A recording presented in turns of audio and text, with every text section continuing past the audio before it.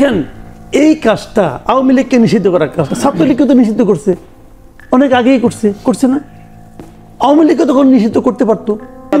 আমি ব্যক্তি হিসেবে বলছি, একদম উনি সরকার প্রধান হিসেবে ওনার কথা বলছি, বাট এই সরকারই চেয়েছে যে, আমার মনে হয়েছে আর কি, আমার যেটা মনে হয়েছে আমি সেটা বলছি, আমার কাছে মনে হয়েছে সরকারই চেয়েছে তারা আওয়ামী লীগকে নিষিদ্ধ করতে চায়, এবং চেয়েছে বলেই তোমরা আন্দোলন করো। আমি লোককে বলতে পারবো যে ওরা আন্দোলন করেছে, কাজে আমার কাছে জনদাবির মুখে আমি এটা করেছি। তার মানে ডক্টর ইউনূস এতদিন চাননি, এখন চেয়েছেন।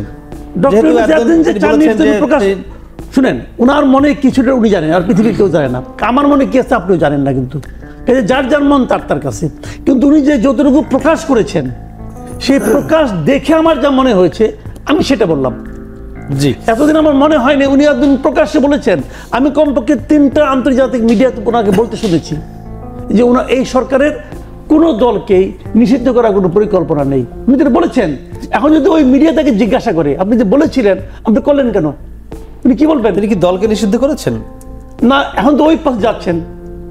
দল নিষিদ্ধ করার প্রথম ধাপ কি হবে আমি এটাও বলি আপনাকে, যেহেতু আলোচনা উঠছে আমি বলি আপনাকে, আরো ডিটেলে বলি। দেখেন ওই দিন জরুরি সভায় 3টা সিদ্ধান্ত কিন্তু হয়েছে।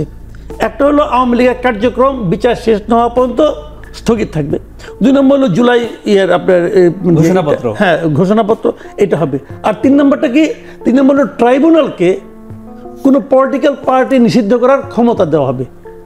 এই আইনটা কিন্তু আগে ছিল না, এই আইনটা আগে ছিল না, আনা হয়েছে, এর আগে ছিল। আবার ভাইয়া এই আমি বলছি যে যখন তারা এই আইনটা এই উপদেষ্টা মণ্ডলীর সভা কমিটিতে সিদ্ধান্ত নিল, তার আগ মুহূর্ত পর্যন্ত ছিল, তার আগ মুহূর্ত ছিল না। আমি সেটাই বলছি, নতুন করে এটা আনা হলো, পুনর্বহাল করা হলো, কি বলা যায় না ভাইরে? আমার কথা হলো ওই সময় আনা হলো কিনা সেটা বলেন। পুনর্বহাল আনা একই জিনিস হলো।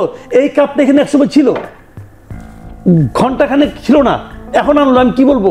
আনা হলো। পুনর্বহাল মানে বলা যায়, দুইটাই বলা যায়। পুনর্বহাল আনার পার্থক্যটা কি? জি, আনা হলো, কথার এটা আনা হলো কেন? এটা আনা হলো কেন? এটা আনা হলো এই কারণে যে এই আইনটার এখন প্রয়োগ হবে। জি, বুঝতে পেরেছি। প্রয়োগটা কি প্রয়োগ হবে? আওয়ামী লীগকে নিষিদ্ধ করার জন্য প্রয়োগ হবে। আস্তে আস্তে সেদিকে আমি আপনাকে যদি আপনাকে আর 2 মিনিট সময় দেন, আমি আরেকটা ঘটনা বলি, তাহলে আপনি বুঝতে পারবেন জিনিসটা। আমি বলে দিই একবারে। দেখেন শাহবাগে একটা আন্দোলন হয়েছিল না, গণজাগরণ মঞ্চ। জি, ওইটা আন্দোলনটা হয়েছিল কেন? মূল কারণটা কি? একটা উদ্দেশ্য, কাদের মোল্লার যখন উদ্দেশ্যটা বলি, উদ্দেশ্যটা শুনে নাকি আপনি? কাদের মোল্লাকে যখন নাকি যাবজ্জীবন কারাদণ্ড দিল, তখন এখানে আন্দোলন হলো। তারা কাদের মোল্লা ফাঁসি চায়। তো ফাঁসি কার কাছে চায়? আদালত তাকে যাবজ্জীবন দিয়েছে, কিন্তু ট্রাইব্যুনাল তাকে যাবজ্জীবন দিয়েছে। তো তাহলে অপরাধটা কার করে থাকলে ট্রাইব্যুনালে বিচারক করছে, অথবা প্রসিকিউশন প্রমাণ করতে পারে নাই, তার ফাঁসি হওয়া উচিত। এটা প্রসিকিউশন প্রমাণ করতে পারে নাই, অথবা বিচারক সিদ্ধান্ত নিতে পারে নাই, তাহলে ওই আন্দোলনটা হওয়া উচিত ছিল কার বিরুদ্ধে? বিচারকের বিরুদ্ধে অথবা প্রসিকিউশনের বিরুদ্ধে। ওই পুরো আন্দোলনের কোনো দিন আপনি কি ওই বিচারকের নাম শুনছেন একবার? ওই বিচারকের বিরুদ্ধে কোনো স্লোগান হয়েছে? হয় নাই। কিন্তু আন্দোলনের ফলে কি হয়েছে? সরকার একটা আইন চেঞ্জ করছে। কি আইন চেঞ্জ করছে? যে এই রায়ের বিরুদ্ধে আগে সরকার আপিল করতে পারতো না, এখন পারবে। সরকার আপিল করতে পারবে। যেই মুহূর্তে ওই আইনটা হলো যে সরকার আপিল করতে পারবে, সেই মুহূর্তে কাদের মোল্লা ফ্যামিলি সহ পুরো দেশের লোক জেনে গেল এখন কাদের মোল্লার ফাঁসি ঝুলাই দিবে, এবং তাই হয়েছে শেষ পর্যন্ত। কাজেই এই আন্দোলনগুলি যে কারণে হয় এবং কি কারণে হচ্ছে, আগে আমরা হাসিনার আমলে যা দেখেছি যেভাবে নিয়ন্ত্রণ, এখনো তাই হচ্ছে। জি, আমরা আবার আসবো মাসুদ ভাই। আমি একটু যেতে চাই হাদি, আপনার কাছে জানতে চাই, আমরা যে বিষয়টি কথা বলছিলাম সেটি আমরা একটু থাকবো সেখানেই।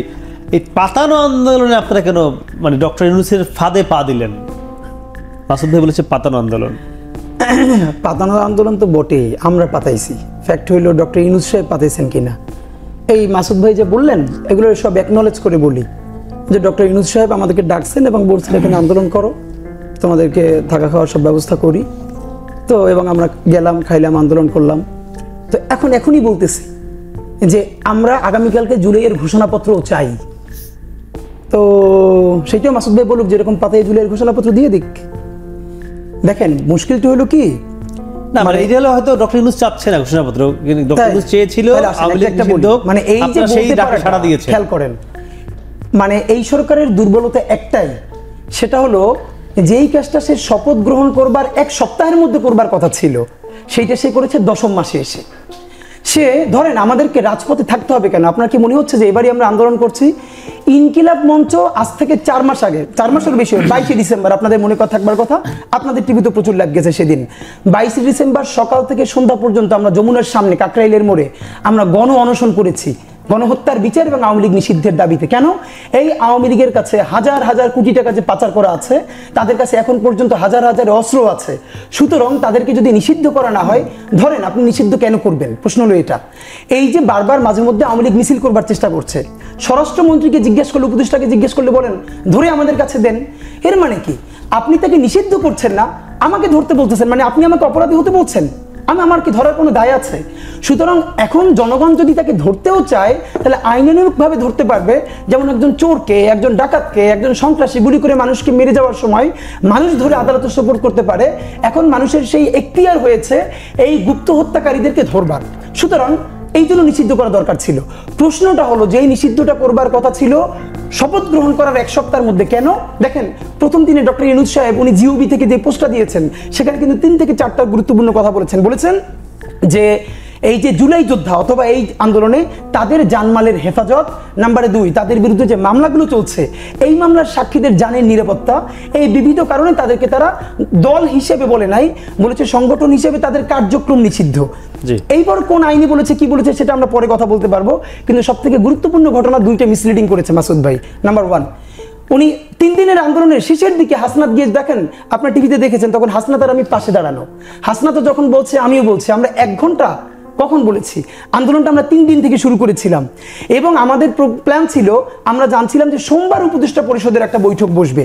আমাদের সেদিন প্ল্যান ছিল যে কমপক্ষে কয়েক লক্ষ জনতা নিয়ে যেখানেই মিটিং হবে আমরা পুরো চারদিকটা ঘিরে থাকবো। এইটা সরকার সামহাও জেনে গেছেন এবং এটা না জানার কারণে আমরা প্রচুর জায়গায় এটা আলাপ করেছি এবং আমাদের প্ল্যান ছিল যে রোববার আমরা সারা দেশে কমপ্লিট শাটডাউন দিব, কিন্তু রোববার যেহেতু সরকারি বন্ধ ছিল তাই আমরা কমপ্লিট শাটডাউনে যাই নাই। সোমবার আমরা সারা দেশে কমপ্লিট শাটডাউন দিতাম এবং আমরা ঢাকার সেই মিটিং এর জায়গায় ঘেরাও করে ফেলতাম। এইটা বুঝে সরকার শনিবার রাতেই তারা ইমার্জেন্সি মিটিং কল করলো। তো ইমার্জেন্সি মিটিংটা কল করেছে তারা ঠিক 8টায় এবং তখনই আমরা বলেছি, কারণ আমরা জানি উপদেষ্টা পরিষদের মিটিংয়ে সিদ্ধান্ত নিতে আধা ঘন্টা 40 মিনিট 1 ঘন্টার বেশি লাগে না। আমরা তখনই সিদ্ধান্ত নিয়েছি 1 ঘন্টায়। 1 ঘন্টা মানে কি? যে এইটাকে ফোর্স করা যে এই মিটিং এর মধ্যে আপনাকে সিদ্ধান্ত নিতে হবে আপনি কখন তাকে নিষিদ্ধ করবেন, নাম্বার 1। নাম্বার 2 হলো আরেকটা তিনি মিসলিডিং করেছেন কি, যে এই আন্দোলনের মধ্যে ওই যেটা ধারায় ট্রাইব্যুনালে বিচারের ধারাটা নেওয়া হয়েছে কি, আমরা দেখেন গতকালকে যে সংবাদ সম্মেলন ইনকিলাব মঞ্চ থেকে করেছি, সেখানে সর্বপ্রথম প্রশ্নটা করেছি এই যে মানবতা বিরোধী অপরাধ বা এই ট্রাইব্যুনালে এইখানে ছিল যে কোনো দল যদি গণহত্যা করে বা এরকম বিচার করে তাকে দল হিসেবেও বিচার করা যাবে, এই মর্মে আইনটা ছিল।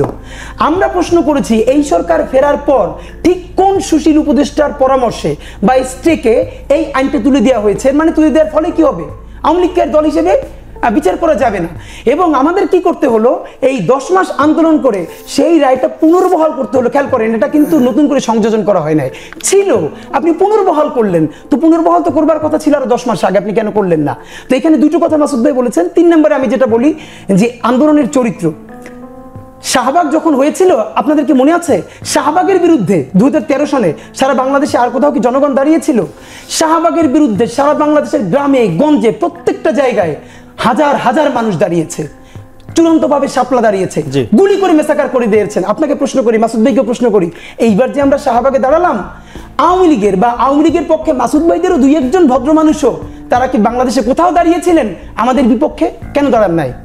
হয়তো সেই সময়ের অপেক্ষা। ওকে, সামনে দাঁড়াক, আমরা দাঁড়াই, তারাও দাঁড়াক, সেই ডেমোক্রেটিক সৌন্দর্য আমরা অপেক্ষা করছি। আমরা আপনার বিষয়গুলো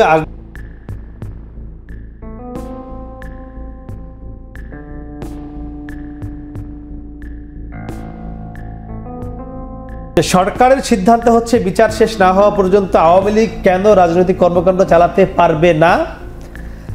আচ্ছা, গত 9 মাসে আওয়ামী লীগ এমন কি রাজনৈতিক কর্মকাণ্ড চালিয়েছে যে ঘটা করে এমন সিদ্ধান্ত নিতে হলো, আর এমন সিদ্ধান্ত গ্রহণের জন্য একটা পাতানো আন্দোলনেরই বা আয়োজন করতে হলো কেন? এটি ছিল আপনার স্ট্যাটাস। আমার প্রশ্ন হলো, আপনার কেন মনে হলো যে এটি নিষিদ্ধ করতে গিয়ে একটি পাতানো আন্দোলন করেছে এই আপনার দুপাশে যারা রয়েছে তারা, এটি কেন মনে হলো? এটা মনে হয়েছে আন্দোলনের চেহারা দেখে। যেমন ধরে আমি বলি আপনাকে, যমুনার সামনে কোনো বিক্ষোভ করা যাবে না, এটা ডিএমপি স্পষ্ট নিষেধাজ্ঞা ছিল। সেই নিষেধাজ্ঞা ভঙ্গ করে তারা এখানে একটা বিক্ষোভ মিছিল করেছে এবং অবস্থান নিয়েছে। সরকারের পক্ষ থেকে এটা প্রতিরোধের কোনো চেষ্টা করা হয়নি। সেখানে সরকারের দুটো সংস্থা তাদের এখানে খাবার পানি সরবরাহ করেছে, তাদের মাথা ঠান্ডা রাখার জন্য শীতল জল, মানে যেটা কি টাইপের, হ্যাঁ, ফগ তারা ছড়িয়েছে। অথচ আমরা দেখেছি এখানেও কিন্তু আন্দোলন, আমরা এর আগেও দেখেছি যে যখন নাকি শিক্ষিকেরা আন্দোলন করছিল, শিক্ষকরা, প্রাথমিক শিক্ষকরা, তাদের কিন্তু জল কামান দেওয়া হয়েছিল, শাহবাগে দেওয়া হয়েছিল, শাহবাগে। তো জল কামান দিয়ে তাদেরকে সরিয়ে দেওয়া হয়েছিল। কিন্তু কাজে এই আন্দোলন সরকারি কোনো সংস্থার কোনো ধরনের প্রতিবন্ধকতার শিকার হয়নি। এটা এই প্রথমবার আমি দেখলাম একটা আন্দোলন, এটা নাকি এত বড় একটা ঘটনা নিয়ে তারা প্রধান উপদেষ্টা বাসভবন পর্যন্ত যাচ্ছে, কিন্তু সেখানে সেটা হচ্ছে না। এক নম্বর। দ্বিতীয় কথাটা হলো, এক পর্যায়ে দেখলাম আন্দোলনের নেতা যিনি ছিলেন মোটামুটি ওখানে যারা কথা বলছিলেন, তিনি হাসনাত আব্দুল্লাহ 1 ঘন্টায় একটা আলটিমেটাম দিলেন। আমার এই প্রায় 36 বছরের সাংবাদিকতার জীবনে আমি কখনো 1 ঘন্টা করে আলটিমেটাম দেখিনি। 1 ঘন্টার আলটিমেটামের অর্থটা কি? যে উনি জানতেন যে 1 ঘন্টার মধ্যে একটা সিদ্ধান্ত আসছে, এবং সেটা 1.5-2 ঘন্টার মধ্যে সিদ্ধান্তটা চলে আসলো। আমার কাছে যেটা মনে হয়েছে, তখন সরকার সারা দুনিয়ার কাছে নিজের ভালো মানুষই প্রমাণ করার জন্য ডক্টর ইউনূস নিজে অনেকবার ইন্টারভিউতে বলেছে যে কোনো রাজনৈতিক দলকে নিষিদ্ধ করার কোনো পরিকল্পনা তার সরকারের নাই। উনি বারবার বলেছেন, একাধিকবার বলেছেন। বলে এখন উনি টের পাচ্ছেন যে ওটা বলা না ঠিক হয় নাই। এখন উনি কীভাবে ওই তেতো ওষুধটা আবার গিলবেন? যে কারণে উনি ওনাদেরকে রিকোয়েস্ট করছেন, বাবারা তোমরা একটা ছোটটা করো, আমি একটা অজুহাত পাই। হিসাবটা ভাই সিম্পল একদম। ডক্টর ইউনূস আন্দোলনটা মূলত